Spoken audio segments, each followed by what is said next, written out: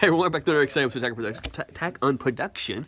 I can't speak. I got Jake today with us doing another deck profile. So like always, buttons on below. Feel free to come there for a reason. But Jake has brought us the Crimson Warrior Vegeta. Yes, this is the Vegeta promo from the recent pre-release. You swing, you get to draw a card. On activate battle, you can pitch a Saiyan to do fusion piece fixing.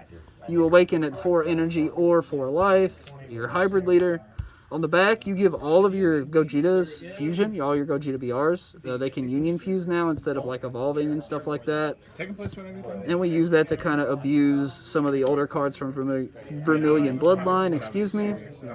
And then, you know, when you do fuse, at the end of the turn you get to restand an energy and you draw a card as soon as you fuse. So, kind of replaces fusion. We use some cards from some old anniversary boxes and we tried to make something interesting.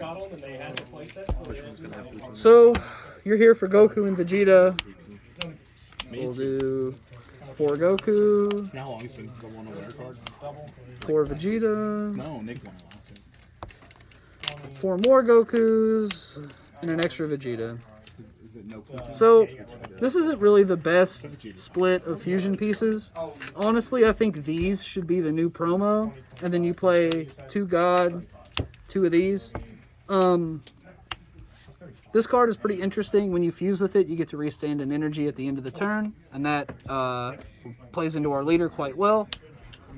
This Vegeta is a counterplay that doesn't really do too much for us. It's just fusion material. This is a better Vegeta to play. I don't have enough copies, but you spark, and you can look at the top 5. Good game, dude. It was a very good game. Already explained in these. Goku. This is probably the best fusion piece in the deck. I actually got these today. It's a counterattack. You can bounce 2 battle cards when it comes into play. It gains power based on your energy, and it conditionally ignores energy exhaust. Just everything we want for this deck. You know what I mean? That's what it's like. Once you get it down, it's Play 2 5-drops, 4 6-drops from Vermilion Bloodline. You don't get the neg when you fuse with this one. You do get to draw the 2 cards because it's part of the cost to fuse, but you don't get the neg, which sucks. This is really the big boy of the deck. We use this in tandem with the Majin Buu Unison to make the battle step hell for our opponent and try and win off of big double strikes.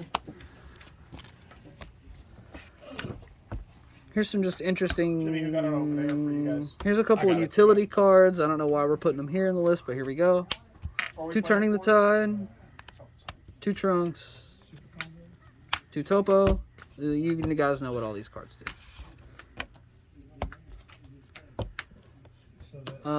3 Tyranny's Cost. This is one of the better cards in the deck.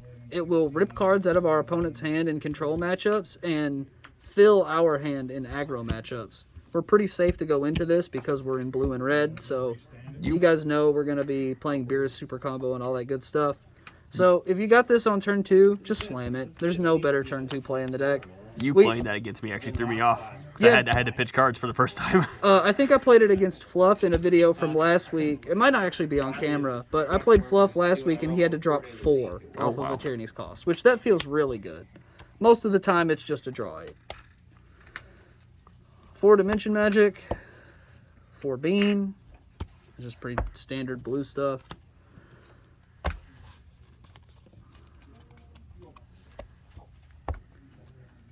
We were aforementioned cooler package, Beerus Super Combos, and Buu Unisons. We've talked about all this stuff before. This is probably my favorite Unison in the game. Really good Super Combo, enables cooler. I honestly feel like at this stage of the game, this combo is getting worse and worse. There's just way more... There's cards now that you can blow up 2 cards with 1 card and 1 energy. This is just getting aged out of the game, honestly. Unless it's in a very specific deck. I mean, I know Cooler topped recently. I'm not an expert. I just play the game. 2 Vados. This is a new counterplay from the current set, and I really, really like this card. Hits anything 15k or less. It's going to bottom deck it instead of playing it. Then you get to restand an energy. And it's got that tricky 16k power number. So, just interesting. And then, top end of the deck, we've got Secret ID, Baby 8, and the Kai. I play this in pretty much every deck. I don't really have a better secret rare for blue. I should be running this at 2 and running Android 17 at 1, but I didn't know that.